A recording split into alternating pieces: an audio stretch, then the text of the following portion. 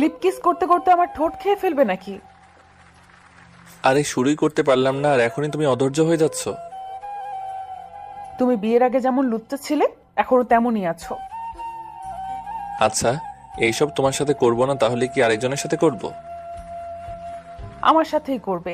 ধীরে ঠান্ডা হয়ে করো। আমার এত ধৈর্য নাই। বউয়ের সাথে করব, তাড়াতাড়ি করব। লুকিয়ে করার তো কিছু নেই। বুঝেছি লুচ্চা সাহেব, আপনার মাথায় ইয়ে করা ছাড়া আর কিছুই নেই। প্লাজো খুলে আমার কাছে আসো, আদর করব তোমাকে। একটু সবুর কর, আমি সব কিছু খুলে দিচ্ছি। কই দেখি তো ওখানে, ওটা কি? আবার ওখানে এমন করে তাকিয়ে কি দেখো? তুমি এত সুন্দর আর কিউট কেন বলো তো? কে বলেছে আমি সুন্দর আর কিউট? কে আবার বলবে? তোমার বরটা বলেছে। আসছে আমার বর হতে, বাজে ছেলে একটা। বাজে ছেলেটাকেই তো শেষ পর্যন্ত বিয়ে করতে বাধ্য হলে, তাহলে এখন বর বলতে পারবে না কেন? আমি কিন্তু একবারও বারণ করিনি যে তোমাকে বর হিসেবে মানবো না। আচ্ছা শোনো না। আরে বাবা হ্যাঁ শুনছি তো, আজকে শুধু তোমার কথাই শুনবো, বলো কি বলবে। সত্যি কিন্তু তুমি অনেক সুন্দর, তার উপর আজকে আরো বেশি সুন্দর লাগছে জান। কিন্তু আগে তো এমন করে বলনি। কেমন করে বলিনি? আগে তো প্রত্যেক দিনই বলতাম, কিন্তু তুমি আমাকে পাত্তা দিতে না। আরে বাবা এমন করে বুকের মধ্যে নিয়ে তো কখনো বলিনি, তাই বলছি। আমি কি তোমাকে বুকে নিতে চাইনি বলো? কিন্তু তুমি তো আসতে চাও না। তার উপরে তুমি বারবার আমাকে দূরে সরিয়ে দিতে, কেমন নাক সিটকে সরে যেতে। এটা কি আমার দোষ ছিল যে আমি তোমাকে বুকে নিতে চাইনি? আমি চাইনি আমার ভালোবাসাটা অপবিত্র হোক, নোংরা হয়ে যাক, তাই তোমাকে কাছে আসতে দেইনি। তার মানে তুমি বলতে চাইছো আমি বাজে ছেলে, যে তোমার সাথে উল্টাপাল্টা কিছু করে ফেলতাম তোমার কাছে আসলে? আরে বাবা তুমি এমন করে ভাবছো কেন? আমি সেটা বলিনি। দেখো, গার্লফ্রেন্ড বয়ফ্রেন্ড কাছে আসতেই পারে, কিন্তু এটা তো আর বিয়ের আগে কাউকে স্পর্শ করাটা ঠিক না। যেন ভালোবাসাটাই যেখানে অবৈধ ছিল, তারপরও আমরা দুজন দুজনের প্রেমে পড়েছিলাম, ভালোবাসতে বদ্ধ হয়েছিলাম। তাই আমি চাইনি আমাদের ভালোবাসাটা অপবিত্র হোক। তারপর যদি আমরা দুজন দুজনের কাছাকাছি আসি, আমি তোমার কথা বাদ দিচ্ছি, তুমি তো জানো আমি কতটা ইমোশনাল, আর তোমার কাছে আসলে যদি নিজেকে কন্ট্রোল করতে না পারি, তখন তোমার কিছু ভুলভাল কিছু একটা করে ফেলি, তখন তো তুমি আমাকে আটকে রাখতে পারবে না, আর তুমিও সেটা না দিয়ে পারতে না, তাই না বলো? আর বিয়ের আগে যদি এমন কিছু হতো, তাহলে তো সেটা একটা না একটা সময় জানাজানি হয়েই যেত। তাই আমি তোমাকে কাছে আসতে দেইনি। না সেটা ঠিক আছে, আমি বুঝতে পারলাম। আর আমার উপর কি তোমার এইটুকু বিশ্বাস ছিল না যে আমি ওরকম কিছু করব না? ছিল বলে তোমাকে এত বেশি ভালোবেসেছি, আর তোমার কাছে এসেছি, আর তোমাকে যেন পার্মানেন্ট স্বামী হিসেবে পাই, ওই জন্য আমি এমন কিছু করিনি। তাতে হয়তো তোমাকে হারিয়ে ফেলতাম, কিন্তু এখন তো সারা জীবনের জন্য পেয়ে গেছি। এখন তো তুমি লাইসেন্স পেয়ে গেছো, তাই যত খুশি আমাকে আদর করতে পারো, নিজের বুকে রাখতে পারো, সময় দুষ্টুমি করতে পারো, তাতে কিন্তু কোনো বারণ নেই। একটা কথা, সময় সুযোগ বুঝে দুষ্টুমি করবে, কেমন? সবার সামনে আমার কিছু করো না, যার জন্য আমাকে লজ্জায় পড়তে হয়। এই তুমি এত সব সময় লজ্জা পাও কেন বলো তো? আমার কাছে এখন তোমার কিসের লজ্জা? বিয়ের আগে সেটা না হয় মেনে নিলাম, কিন্তু এখন আবার এত লজ্জা কিসের? হ্যাঁ জানি না, আমার না অনেক লজ্জা লাগছে এখন। বললাম আর তোমার লজ্জা শুরু হয়ে গেল। দেখো এখন কিন্তু ঢং দেখিও না, তাহলে আমি সেটা বিশ্বাস করব না, আর তোমার কথা শুনবো না। তুমি আমাকে এমন করে বলতে পারলে আমার কি লজ্জা লাগতে পারে না বলো? পারে, কিন্তু তুমি যেটা ইচ্ছা করে বলছো, যেন আমি তোমাকে আদর না করি, তোমাকে ভালোবেসে নিজের করে না নেই, সেই জন্য, তাই না? বাবু তুমি এমন করে বলতেছো কেন? আমি কি একবারও সেই কথা বলেছি? আমি তো তোমাকে ভালোবাসি, আর ভালোবেসে তোমাকে কাছে পেতে চাই, তাহলে তুমি এমন ভাবো কেন জানটা? তাহলে বলছো কেন যে লজ্জায় শেষ হয়ে যাচ্ছ? তোমার লজ্জাটা একটু বেশি। আরে বাবা আমি লজ্জা বেশি পাই তাই তোমার কাছে বললাম, নাকি বলাটা আমার ভুল হয়েছে বলো? ওকে, বুঝতে পারছি। এখন আমাকে কি করতে হবে লজ্জাটা দূর করার জন্য? তোমার থেকে দূরে সরে যেতে হবে? সাগর এমন কথা বলতেই মিথিলার মুখের দিকে অসহায়ভাবে তাকালো। তারপর সাগর একটু মুচকি হাসতেই মিথিলা ওর মুখের একপাশে হাত দিয়ে বলতে লাগলো, বাবু তুমি আমার সাথে মজা করতেছো তাই না? দেখো, তুমি যদি এমন মজা করতে থাকো তাহলে আমি সত্যিই কান্না করে দেবো, দেখো। আরে বাবা, কান্না করার মতো কি বললাম? এতে এত কান্না করার কি আছে? আর শোনো, তোমার সাথে দুষ্টুমি না করলে আমি কার সাথে করবো কলিজা? দুষ্টুমি করার হলে করো, কিন্তু এমন দুষ্টুমি করবে না যার জন্য আমি লজ্জায় শেষ হয়ে যাই, বুঝেছো দুষ্টু? তাহলে আর কি তোমার লজ্জাটা দূর করে দেই, কি বলো? কিন্তু কিভাবে? কিভাবে আবার? আদর করে? নাকি তুমি সেটা বুঝতে চাইছো না? নাকি আমার আদরটা তোমার চাই না, বলো? না না, আমি তেমনটা বলিনি, কিন্তু আদর করলে যে লজ্জা ভেঙে যায়, জীবনের প্রথমবার শুনলাম। আগে কি আমাদের বিয়ে হয়েছিল নাকি? তোমার বয়ফ্রেন্ডের সাথে তুমি রোম্যান্স করেছো যার জন্য তুমি বুঝতে পারবে। ফাজিল একটা, কিসব উল্টাপাল্টা কথা বলে। ফাজিলের কি হলো? তাহলে তুমি বলছো বুঝতে পারোনি, আর প্রথমবার শুনছো, এগুলো শোনার কি আছে? এগুলো তো জানতে হয়, তাই না? কি জানতে হয়? কি জানতে হবে আবার? বাসরাতে কি কি হয়, বাসরাতে স্বামী তার স্ত্রীর সাথে কি করে, কিভাবে আদর করে, সেটা তো তুমি জেনে আসবে। নাকি তোমার কোনো বান্ধবীর বিয়ে হয়নি যে তুমি জানতে চাওনি? হয়েছে, আর আমাকে বলেও দিয়েছে। তাহলে ঢং করছো, তাই না? দেখো তো, ঢং দেখিয়ে কোনো লাভ হবে না। আজকে তোমাকে আমি আদর না করে কিন্তু ছাড়বই না। আমি কি বারণ করেছি তোমাকে আদর করতে? তুমিও না। তাহলে কি বলো, শুরু করে দেই, তাই না? রাত তো অনেক হয়ে গেছে, এখন আদর না করলে রাতে আরো কয়েক রাউন্ড করতে হবে। কয়েক রাউন্ড মানে? তুমি এত পারবে কি করে আদর করতে? জীবনের প্রথমবার বউকে কাছে পেয়েছি, একবারে কি হয়, কয়েকবার আদর করতেই হবে, তাই না? আর বিয়ের আগে তো একটা কারো কাছে আসতে দাওনি, সেটা সুদে আসলে আজকে শোধ করব। ফাজিল একটা, বাজে ছেলে একটা, মুখে কিছু আটকায় না তাই না? সব সময় শুধু উল্টাপাল্টা কথা বলো, একটুও তোমার মুখে লাগাম নেই। বিয়ের আগেও এমনটা করেছো, ফোনে কিসব উল্টাপাল্টা কথা বলতে, যার জন্য আমার। কি এমন উল্টাপাল্টা কথা বলতাম, আর তাতে তোমার কি হতো বলো? না কিছু না, এমনিতেই বললাম। তোর মধ্যে কি হতো একটাবার বলো না কলিজা। ফাজিল ছেলে, সবকিছু বুঝতে পারে, এই জিনিসটুকু বুঝতে পারো না?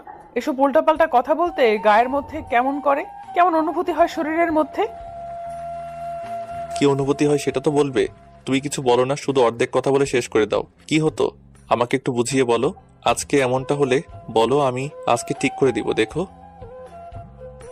কিন্তু কিভাবে ঠিক করবে, আমি তো সেটাই বুঝতে পারছি না। কিভাবে আবার? তোমাকে আদর করে, নাকি তুমি আমার আদরটা চাও না? তুমি সব সময় জায়গায় বলছো শুধু আদর করে সবটা ঠিক করে দিবে। আদর করলে কি সব ঠিক হয়ে যায়? তাহলে তো তোমার কাছে আমি আগেই আদর চাইতাম, বলো। আগে চাওনি কারণ ওই যে বললে আমাদের আগে বিয়ে হয়নি, তাই চাওনি। কিন্তু এখন তো বিয়ে হয়েছে, এখন যা হবার না যাও। আজকে তো আমি তোমাকে আদর করেই ছাড়বো, আর তুমি আমাকে কি করে আটকাও সেটাও তো দেখবো। আমি কি একটাবারও বলেছি তোমাকে আটকাবো কিংবা বাধা দিব? আমি কখনো এমনটা বলিনি, বুঝেছো? তাহলে আর কি? তাহলে রোমান্সটা শুরু করি, কি বলো?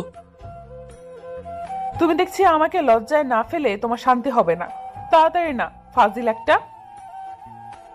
সাগর একটা মুচকি হাসি দিয়ে মিথিলাকে আরো অনেকটা কাছে টেনে নিল। ওর বুকের উপর দুই হাত রেখে তারপর ওর চোখের দিকে ড্যাব ড্যাব করে তাকিয়ে আছে, যার জন্য মনে হচ্ছে এভাবে যদি অনন্তকাল ওরা কাটিয়ে দিতে পারত, সেটা হয়তো ওদের ভালোবাসার মধ্য দিয়ে কেটে যেত। 5 মিনিট এভাবে তাকিয়ে থাকার পর একটা সময় থাকতে শুরু করেছে।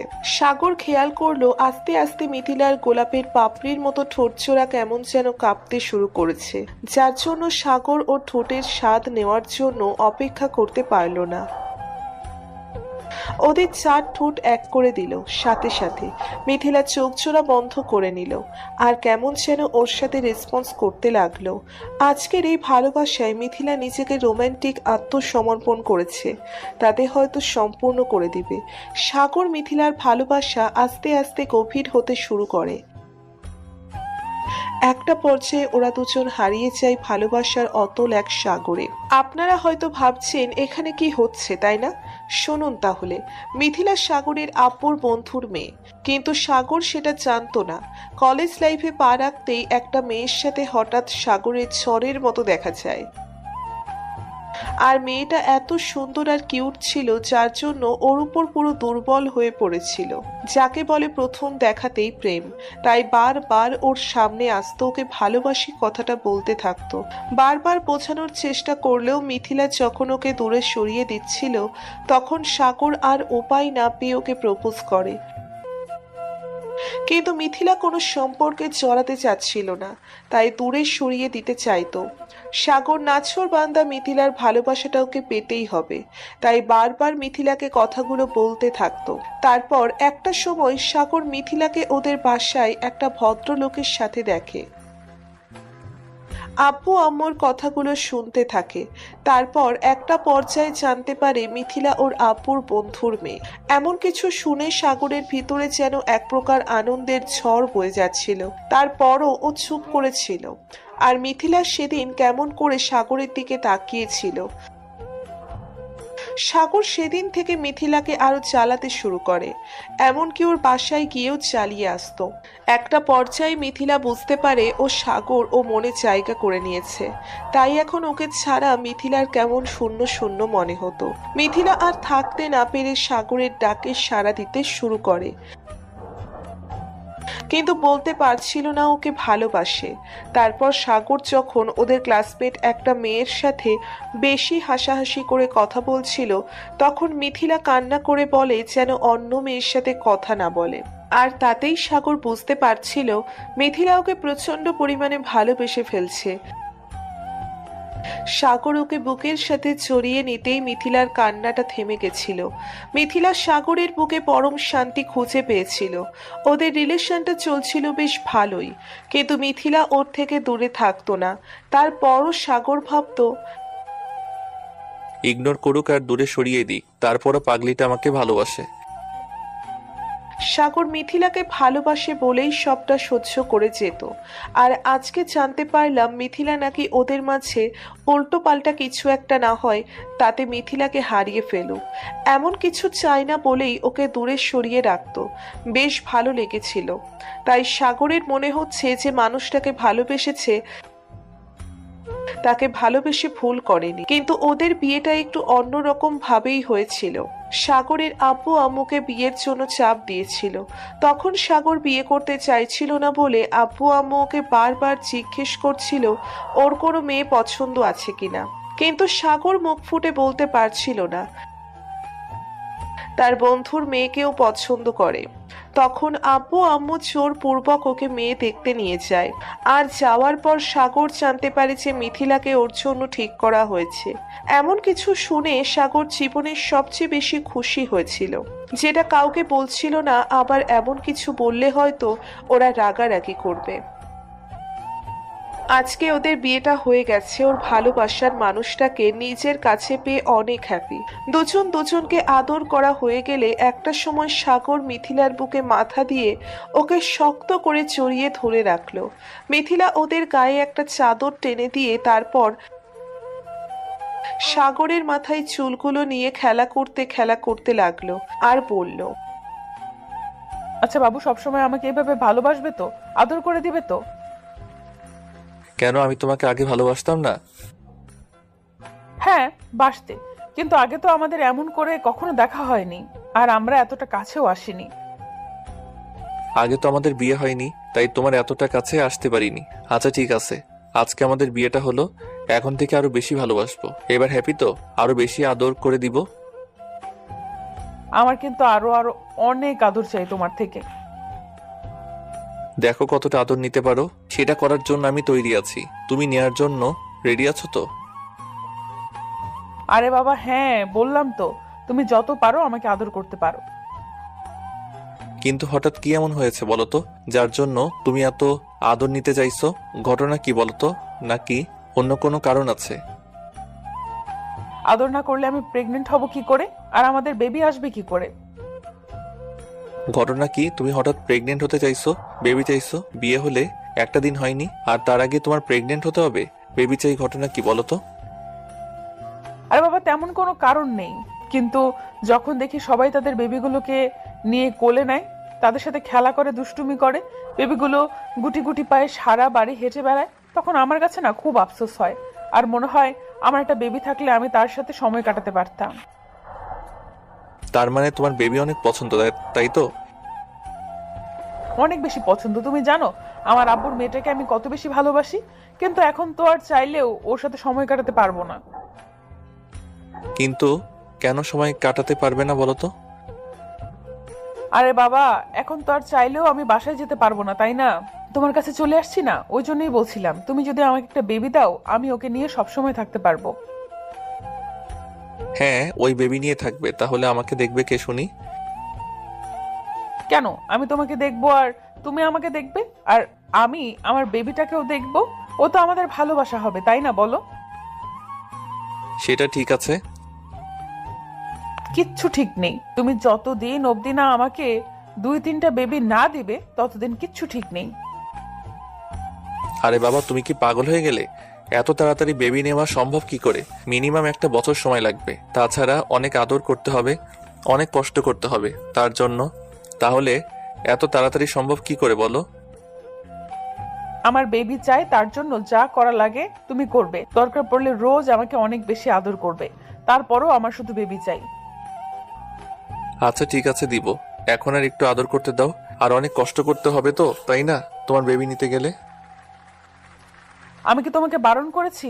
আমি কিন্তু একটা বারও বলিনি তুমি আমাকে আদর করো না। মিথিলার কথায় সাগর ওদের 4 ঠোঁট এক করে দিল। আর তারপর বাকিটা ইতিহাস। তার পরের ঘটনা ইতিহাসের পাতায় থাক, এগুলো আপনাদের এত চেনে কাজ নেই। আমাদের ভিডিওটি কেমন লেগেছে তা কমেন্ট করে জানাতে ভুলবেন না। আর ভিডিওটি যদি ভালো লেগে থাকে তাহলে একটি লাইক করুন আর সাবস্ক্রাইব করে আমাদের পাশেই থাকুন। ধন্যবাদ সবাইকে আমাদের পাশে থাকার জন্য। আল্লাহ হাফেজ।